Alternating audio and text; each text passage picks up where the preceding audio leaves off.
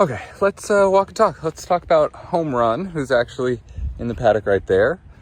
We did the 4-star Grand Prix week 11 a couple days ago in Florida.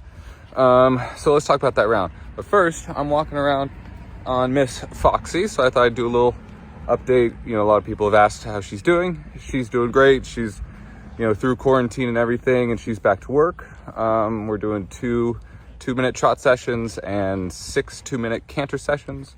That is because the canter stride is, it compresses and extends, where the trot is kind of, like that.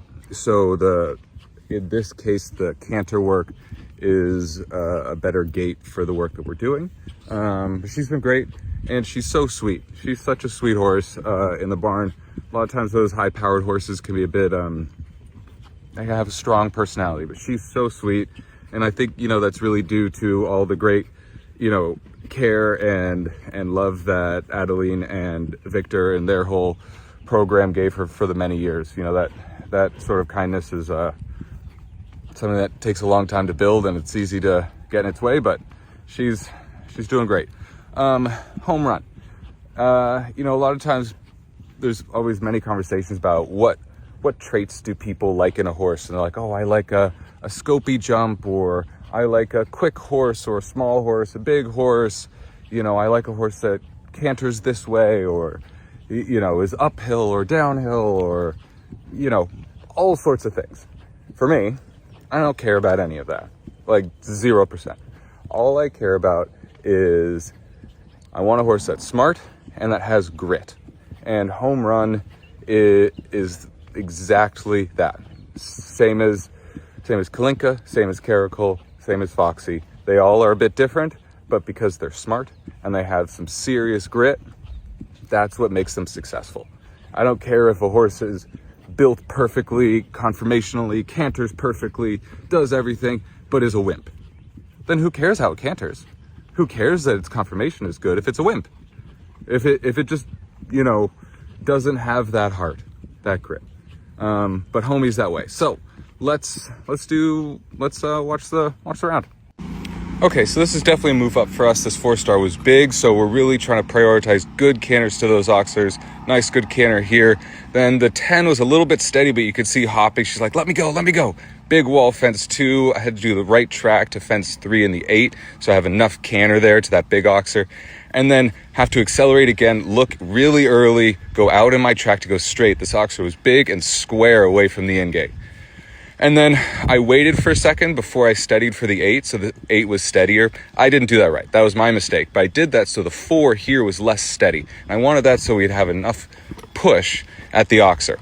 Nice 9 strides, jumps this beautifully, that plank. And then again here, tight turn, really go out, spot your distance, and then go with this combination. That oxer's big out of the turn. Even if you have B down, I don't really care, because I want a nice jump on the oxer.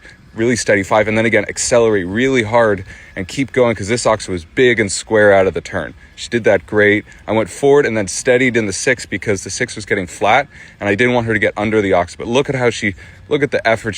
She's just amazing. And then great track here, fence 9 or last, and then the jump she gives when you get that distance right, super steady, 7 to the last, and great. I'm so happy with her. Okay, so before we talk more about that round, I want to replay the beginning of the round. And this time I'm going to put the volume up. What never gets talked about enough, and people focus way too much on the rider and the riding, is all the work in the barn and all the work that all the grooms do. And I want to replay the beginning of the video, and I'm going to turn the volume up, and I want you just to listen. Just listen. Come on.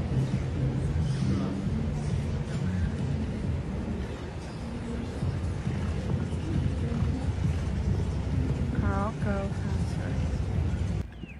So that was Grace, who is a Home Run's showgroom, and you could hear, these grooms love these horses, and these grooms, a lot of times more than the rider, which is shocking, they want that success in the ring, and their dedication and everything is unbelievable.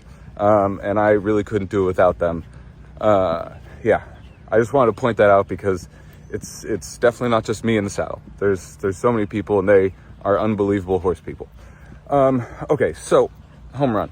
So that was a bit of a, that was a move up for us. It was a bit on the line of maybe too much, but I wanted to give it a shot, and from how she was feeling, I thought it was worth it. But the thing that we do when we move up and we're a little bit on the edge is, we think about, okay, if it's not going well, it'll probably look like this or feel like this, and then just turn, pull up here or pull up there.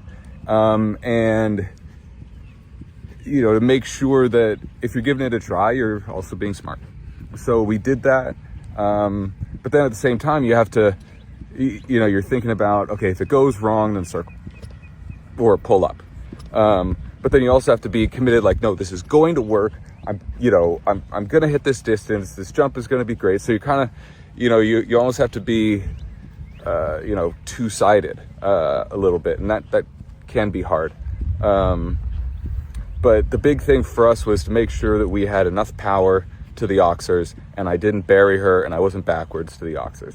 Even if that meant, sacrificing a front rail or a vertical skinny like we did, that was fine, because we wanted that positivity coming out. If you like the skinny that we had, the round still ends positively. Where if you pop up in the air and you slam a back rail, that's not very positive.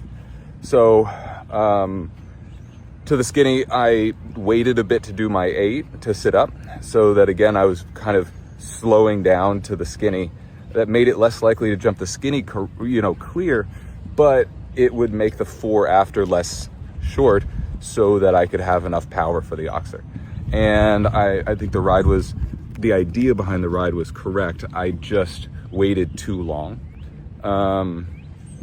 which, it's hard to know when you're doing it, and, it's still new for me in home run, but, had a rail, but fine. But what I really liked there as well is our ability to control the track, whether that is in, a bending line or in those big U-turns to the big fences. You have to be able to ride that track with power to the base of the fence for, to have everything you need there on takeoff. And she was great. She handled great. And I'm super happy with that. So now she's done here in Florida. She has, I believe it's 4 weeks. And then she will head to Kentucky to do the 5-star show at the end of April, during the Kentucky 3-day event, which is one of my favorite shows of the year. And I can't wait to go. So, hoorah.